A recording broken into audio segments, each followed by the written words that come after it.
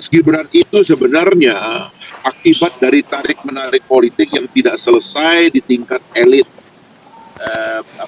terutama yang melibatkan PDIP, ya.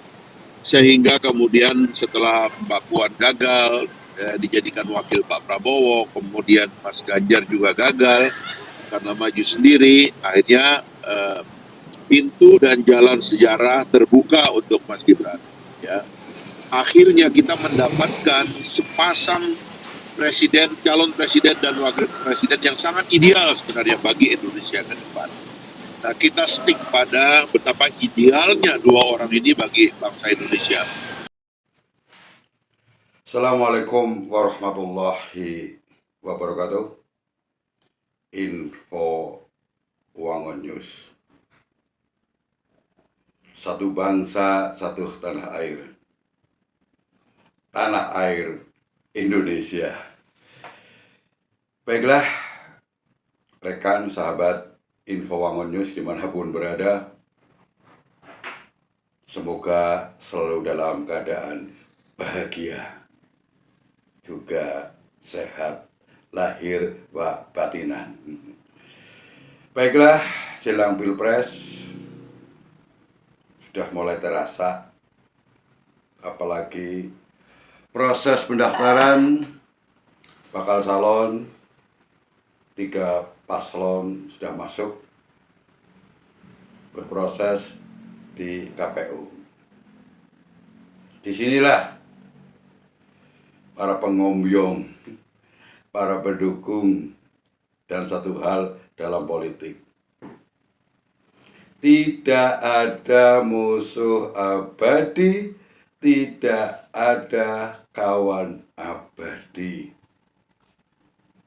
Yang abadi adalah di saat kepentingan pihak dalam sebuah kesamaan. Contohnya kali ini Mas Fachri Hamzah dulu sangat kencang mengkritisi Pak Jokowi selaku presiden. Hari ini Fachri pasang badan, bisa dikatakan pasang badan untuk Mas Gibran selaku cawapresnya Pak Prabowo. Pasang badan gimana maksudnya? Dari hantaman. Salah satu adalah sosok tokoh yang tidak asing lagi bagi kita. Adian Napi Tubulu. Ya kurang apa selama hampir 5 tahun ini. Badannya pun dipasang. Selalu menjadi tameng terhadap hal serangan terhadap perjalanan Presiden Jokowi. Dan kali ini tadi politik tidak ada yang abadi karena kepentingan berbeda, visinya berbeda. Dia sangat lancang, sangat keras ya, dan kencang mengkritisi langkah politik dan manuver politik Gibran atau Pak Jokowi. Seperti apa tanggapan dan respon Mas Fachri untuk memberikan satu pencerahan terhadap Napi Tubulu. Yuk kita simak videonya, sahabat Info Wangon News. Mas Gibran itu sebenarnya akibat dari tarik-menarik politik yang tidak selesai di tingkat elit, terutama yang melibatkan PDIP, ya. Sehingga kemudian setelah Mbak Puan gagal, dijadikan wakil Pak Prabowo, kemudian Mas Ganjar juga gagal karena maju sendiri. Akhirnya pintu dan jalan sejarah terbuka untuk Mas Gibran. Ya. Akhirnya kita mendapatkan sepasang calon presiden dan wakil presiden yang sangat ideal sebenarnya bagi Indonesia ke depan. Nah, kita stick pada betapa idealnya dua orang ini bagi bangsa Indonesia. Mereka adalah simbol dari kolaborasi antar generasi, mereka adalah simbol dari persatuan yang sudah terjadi, dan mereka adalah masa depan kita. Mengidealkan mereka ini adalah bagian dari perjuangan kita sekarang ini gitu. Nah, sekarang ada isu-isu lain sebenarnya. Isu itu semuanya subjektif.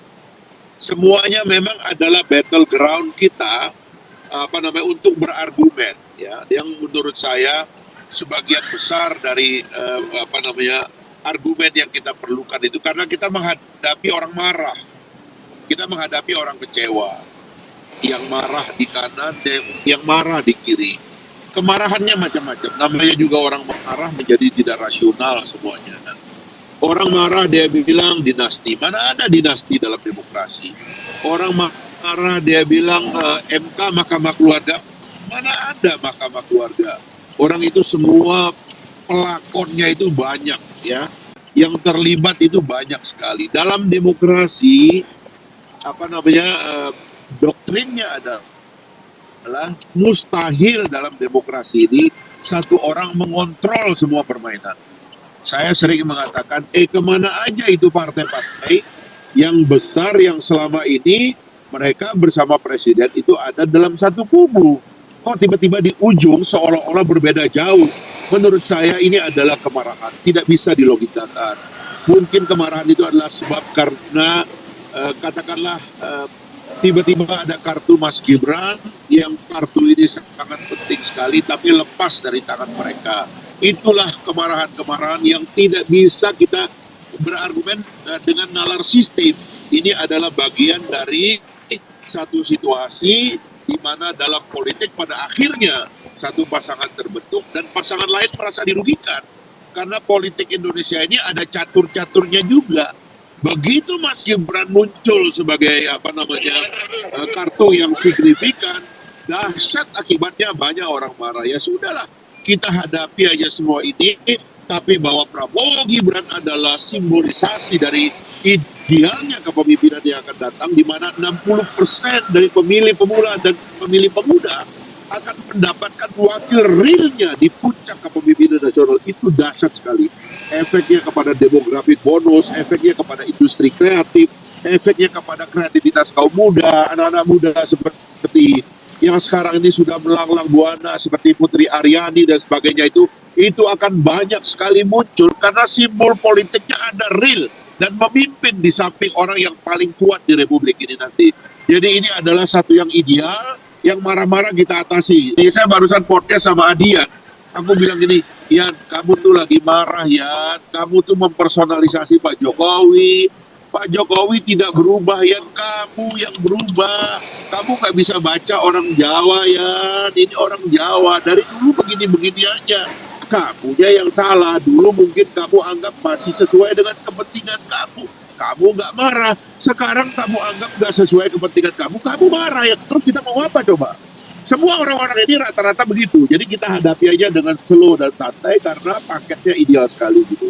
Saya kira itu saja, mungkin kita melaju ke depan dengan optimis, insya Allah kita akan menang gitu. Mohon maaf ini agak provokasi jadi.